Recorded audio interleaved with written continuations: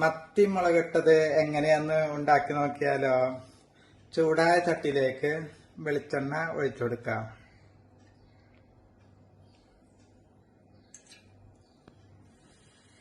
ഇനി ചൂടായ വെളിച്ചെണ്ണയിലേക്ക് മുളക് പൊടിയും മഞ്ഞൾപ്പൊടിയും ഇട്ട് കൊടുക്കാം.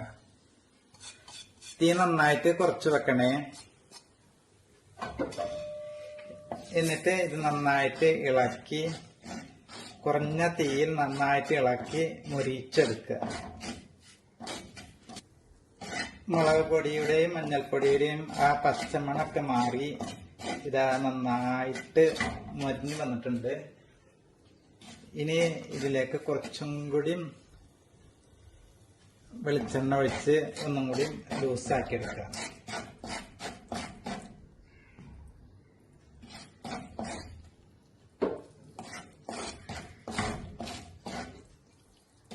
ഇനി ഇതിലേക്ക് ഇതാ ഇഞ്ചി, വെളുത്തുള്ളി, ചെറിയ ഉള്ളി എന്നിവ ചതച്ചെടുത്താണ് ആ കൂട്ട് ഇതിലേക്ക് ഇട്ട് കൊടുക്കാം.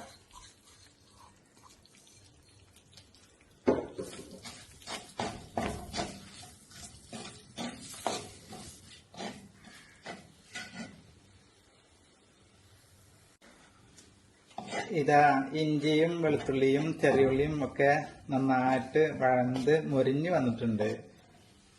ഇനി ഈ സമയം ഇതിലേക്ക് കുറച്ച് കറിവേപ്പിലയും അതുപോലെ തന്നെ ഉപ്പിട്ട് കൊടുക്കാം.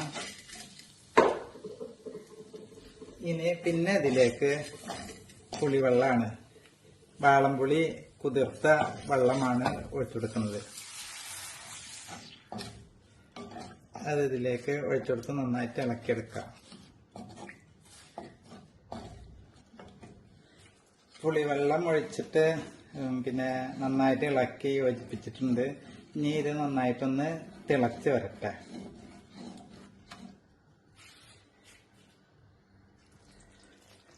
പുളിവെള്ളത്തിൽ കിടന്ന് മസാല കൂട്ട് നന്നായിട്ട് തിളച്ച് വന്നിട്ടുണ്ട്. പുളിവെള്ളം മാത്രമേ ഒഴിച്ചിട്ടുള്ളൂ, വേറെ ഒരു വെള്ളം ഇതിൽ ചേർത്തിട്ടില്ല. ഇനി നമുക്കിതിലേക്ക് നമ്മുടെ താരമായ മത്തി ഇട്ട് കൊടുക്കാം.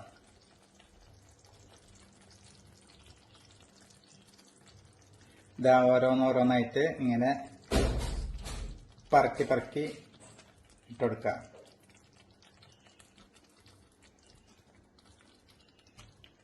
പിന്നെ അതിന്റെ പനഞ്ഞീനുണ്ട്, ഇത് അതും ഇതിൽ ഇട്ട് കൊടുക്കുന്നുണ്ട്.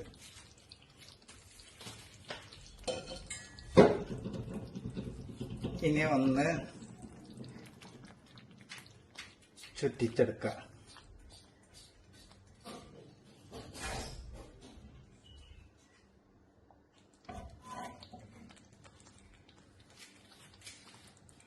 നന്നായി ഒന്ന് ചുറ്റിച്ച് ഇനി മൂടി വെച്ച് ഒരു 5 മിനിറ്റ് ഒന്ന് വേവിച്ചെടുക്കാം.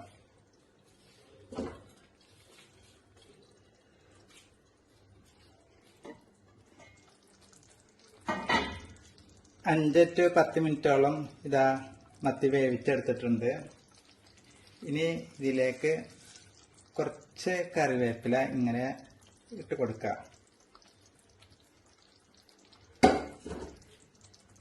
പിന്നെ തീ ഓഫ് ചെയ്തുകൊണ്ട് കുറച്ച് പച്ച വെളിച്ചെണ്ണ ഇതുപോലെ ഇങ്ങനെ തൂങ്ങി കൊടുക്കാം.